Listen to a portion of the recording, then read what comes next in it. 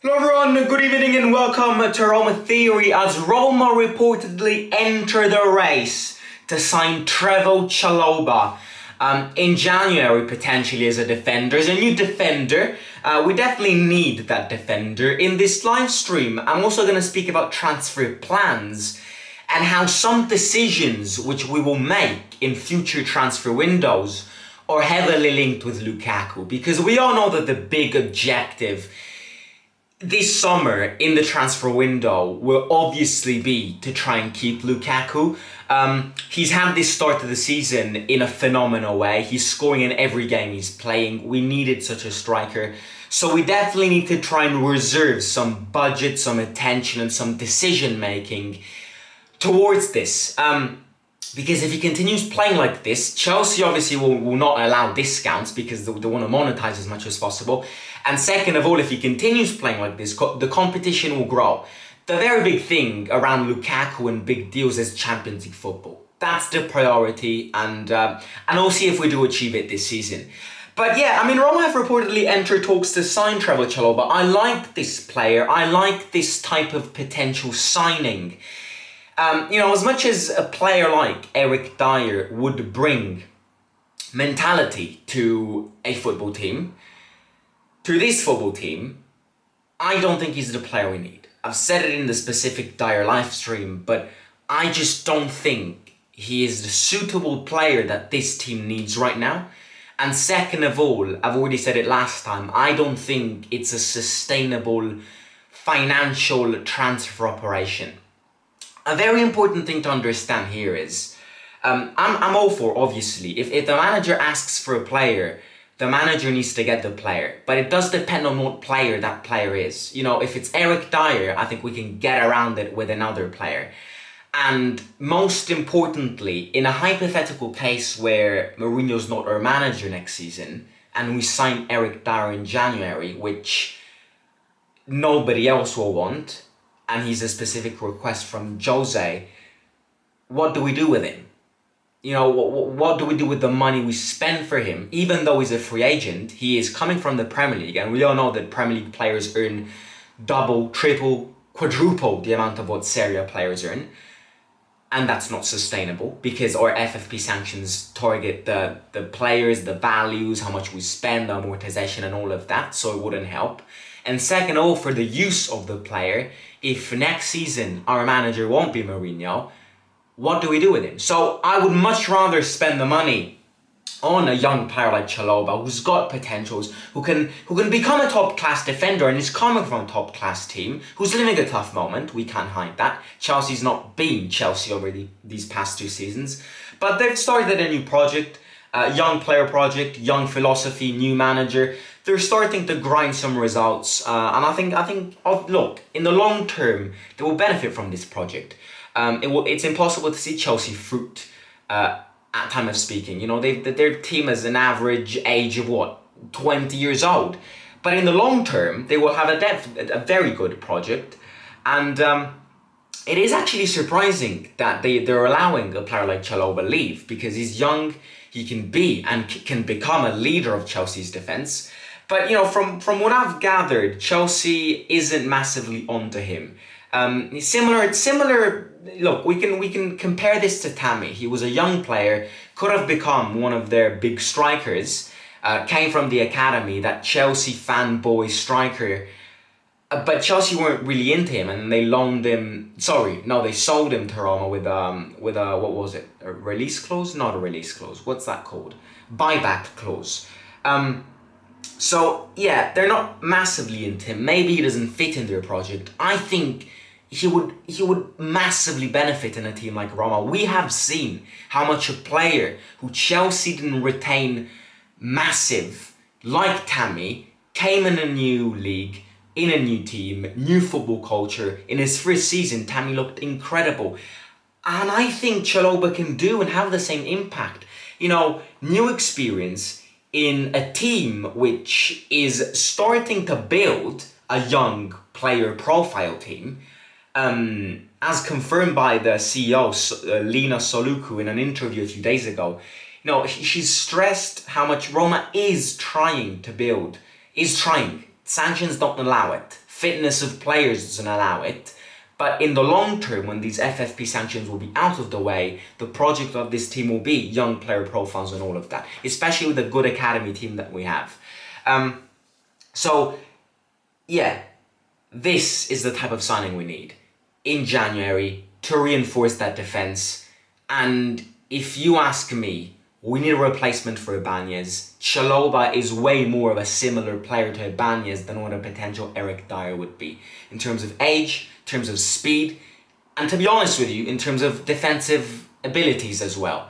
Again, I've said it many times, and I normally say it when it comes to young players, but it doesn't just mean you buy a young player and then hopefully you pray that he becomes a top-class defender so you have him.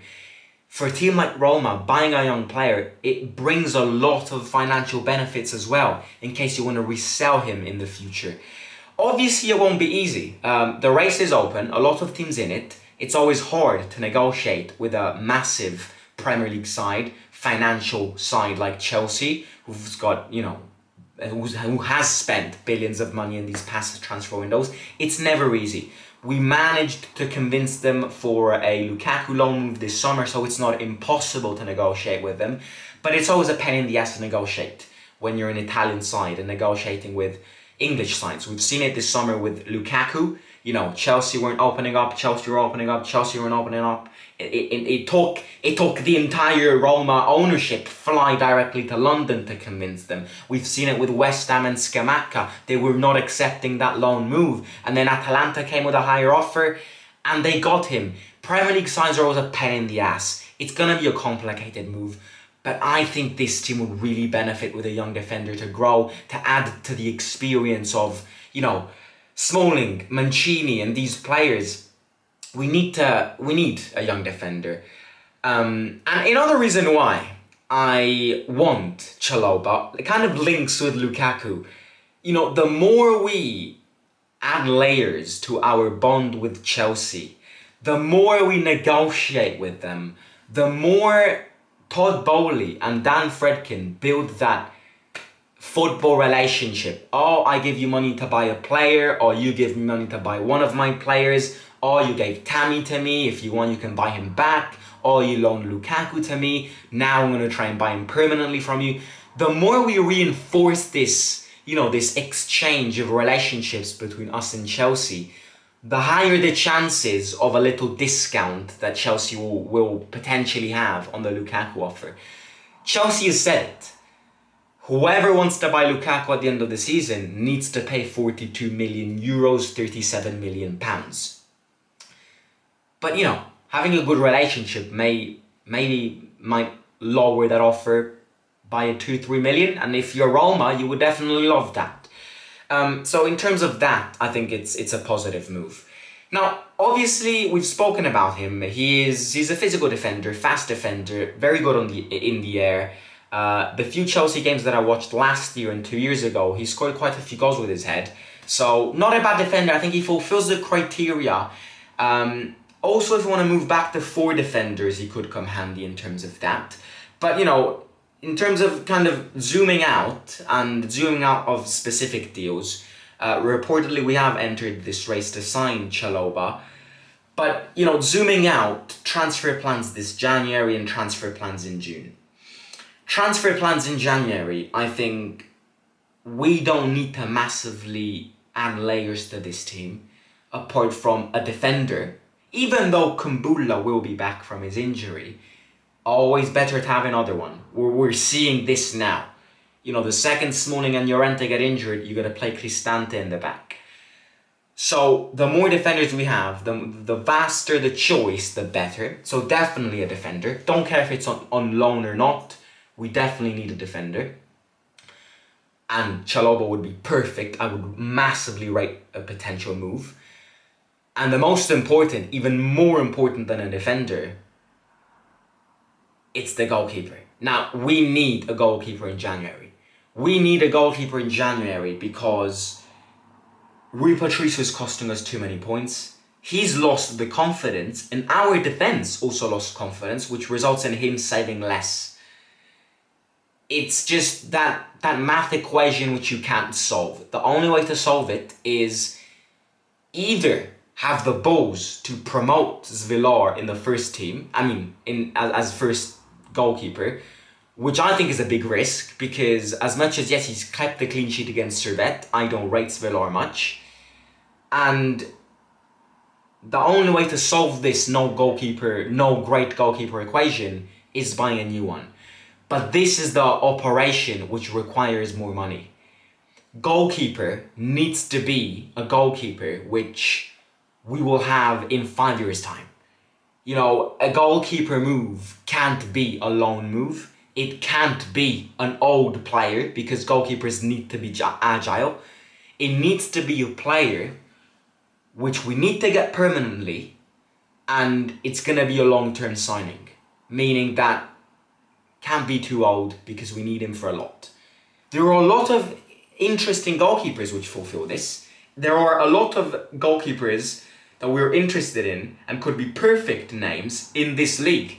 I'm looking at Falcone at Lecce. I'm looking at Di Gregorio at Monza.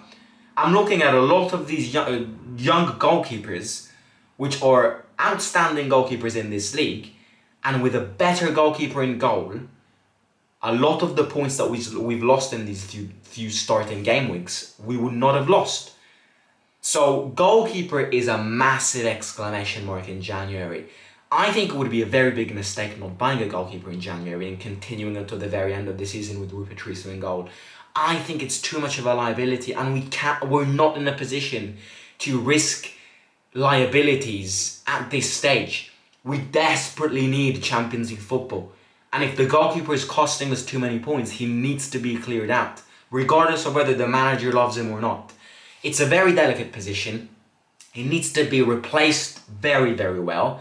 So goalkeeper in January, definitely the priorities. Now this is very important, back again linking to potentially signing Lukaku permanently.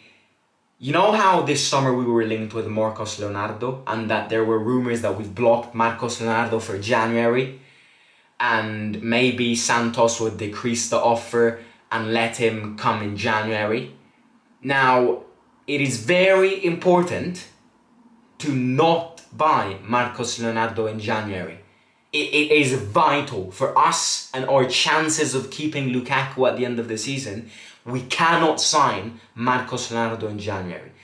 Reason number one, we don't need him, because nobody here thought we were going to buy Lukaku, and nobody here thought, apart from a small minority, that Belotti would have such a good season up to now. And Tammy will also be back. So there is no space for Marcos Leonardo anymore. It's been replaced well, because, you know, from the day the Marcos Leonardo deal collapsed in August to us signing Lukaku, I would have never believed it. So that trauma of losing Marcos Leonardo has been replaced very well with ownership. Number one, we don't need him anymore. As much as he could become a very good young striker, and, you know, we're in search of young players, we don't need him anymore. And second of all, buying Marcos Leonardo means further decreasing your summer budget, especially if we don't qualify for Champions League football. So in a hypothetical case where we don't qualify for Champions League football and we buy Marcos Leonardo in January and decrease that budget, there is no chance, not even a little chance, that we're going to sign Lukaku permanently. You know, to sign Lukaku permanently, it's a lot of money for this team.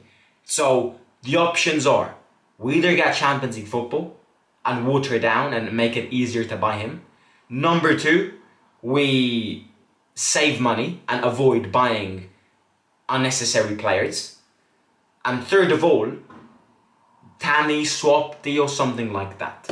So it's very important not to buy strikers, and not just strikers, but unnecessary positions in January. I don't think we need to buy many players in January, one or two. We have an injury-prone team, but there's nothing we can do about it. We've decided to buy injury-prone players. Tough. We can't now go into the January window and buy whatever we need, because that will ultimately massively decrease our summer budget. So, look, Renato Sanchez is injured. Tough. Our decision. If we're dumb, we're dumb. Christensen isn't good enough. tough, our decision. If we're done, we're done. So the players which you bought in the summer, whether you like it or not, they can't be replaced in January. You know, we can't, just because Renato Sanchez is too injury prone, doesn't mean that we need to buy another player in January to replace Renato Sanchez. That's not how it works. We could have been smarter in the summer, and we haven't been smart enough to avoid injury prone players, even though some aspects of the summer window were great, other aspects were terrible. But we've decided, we've placed ourselves in these boots. Again, I'm going to say it again, we can't change it in January. We'll change it in the summer. But yeah, that's the news of today. So let me know in the comments what you think about us entering the Chalobah race. I'm very interested in him. I hope that this deal goes through, even though it's going to be complicated for the reasons which we mentioned. Let me know in the comments your thoughts and opinions on Chalobah and your thoughts and opinions on this transfer strategy, what we need in January, what we don't need in January. Don't forget to smash the like button and subscribe to the channel if you haven't already. Let's try and get 10,000 subscribers as soon as possible. It will be a dream come true. If you've already subscribed, get your friends and families to subscribe to Roma Theory, make the subscriber count grow, and I'll catch you tomorrow. Take care. England, Italy tomorrow. Hopefully we'll battle the Brits. Talk to you soon. See you out.